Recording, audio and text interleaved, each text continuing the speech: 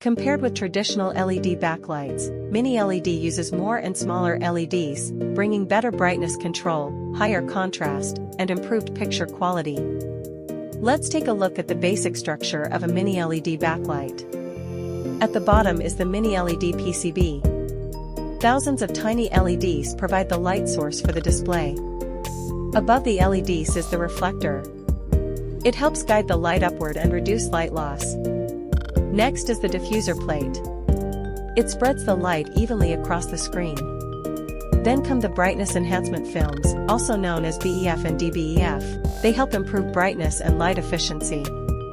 On the top is the LCD panel.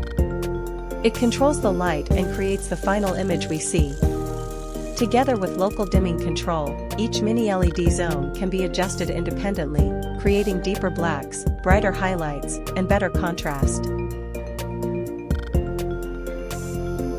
Leadtek will continue exploring advanced display technologies. More innovations are on the way.